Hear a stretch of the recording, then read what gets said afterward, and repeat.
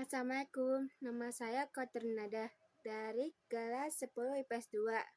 Saya dari SMA Muhammadiyah Macakarta. Saya akan sedikit menjelaskan apa sih itu pengertian malaikat.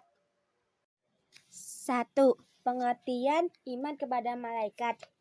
Beriman kepada malaikat ialah mempercayai dan membenarkan dengan sepenuh hati bahwa Allah Subhanahu wa Ta'ala menciptakan makhluk gaib bernama malaikat yang diciptakan dari cahaya yang tidak pernah durhaka dan selalu mentaati perintah-perintahnya. Yang kedua, pengertian malaikat secara bahasa. Kata malaikat berasal dari kata malaikah, bentuk jamak dari kata malak, berasal dari masdar al-alukah yang berarti ar-risalah, yaitu misi atau pesan. Jadi malaikat berarti makhluk yang menyampaikan sesuatu. Sedangkan menurut istilah, malaikat adalah makhluk gaib yang diciptakan oleh Allah Subhanahu wa Ta'ala, cahaya dengan wujud dan sifat-sifat tertentu yang selalu mematuhi perintah-perintahnya dan tidak pernah sedikit pun membangkangnya. Yang B, menciptakan dan wujud malaikat. Yang pertama, pencipta malaikat. Malaikat itu diciptakan Allah Subhanahu wa Ta'ala dari cahaya nur. Yang kedua, wujud malaikat. Wujud malaikat tidak dapat dilihat atau tidak dapat dijangkau oleh panca indera manusia, kecuali jika malaikat menampilkan diri dalam rupa tertentu, seperti rupa manusia. Yang C, iman kepada malaikat. 1. Perintah kepada malaikat. Dalil nakli yang menjelaskan tentang iman kepada malaikat antara lain A. Surat Al-Baqarah ayat 285. Yang B. Al-Bukhari, Muslim. 2. Tanda-tanda orang yang beriman kepada malaikat.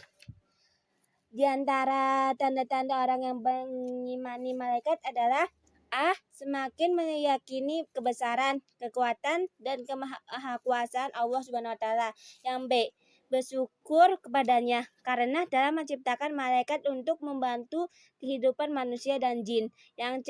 Menubuhkan cinta kepada amal soleh karena mengetahui ibadahnya malaikat.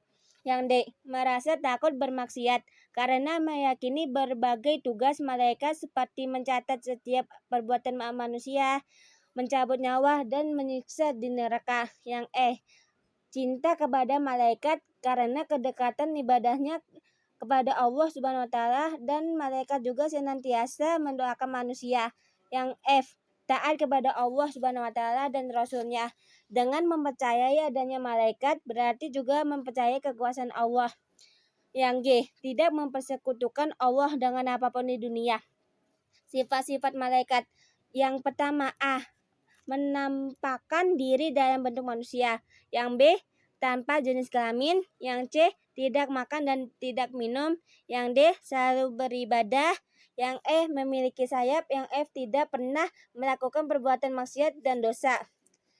Tugas-tugas malaikat A. Malaikat Jibril. Malaikat Jibril tugas utamanya adalah menyampaikan wahyu dari Allah Subhanahu wa Ta'ala kepada malaikat, kepada para nabi dan rasulnya. Yang B. Mikail. Mikail bertugas untuk mengatur urusan makhluk Allah Subhanahu wa Ta'ala sekaligus mengatur rezeki terutama kepada manusia. Yang ketiga, Israel. Malaikat Israel diberi tugas untuk mencabut nyawa semua makhluk termasuk dirinya. Yang F. Israfil. Tugasnya dijelaskan sebagai peniup sangkakala atau terompet petanda datangnya hari kiamat. Yang F. Munkar dan Nakir.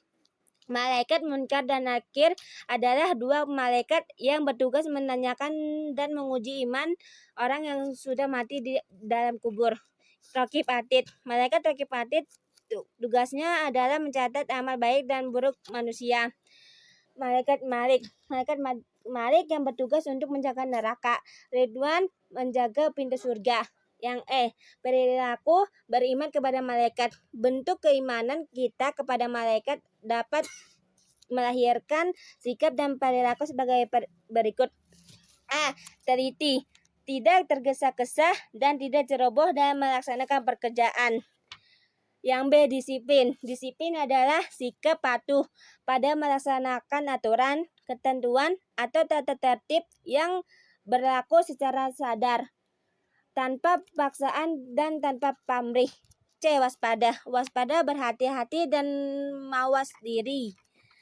F. Hikmah beriman kepada malaikat. 1.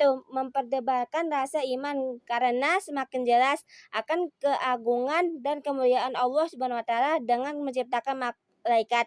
Yang kedua, meningkatkan rasa syukur kepada Allah Subhanahu wa taala. Yang ketiga, membentuk sikap hati-hati dalam menjalankan kehidupan ini.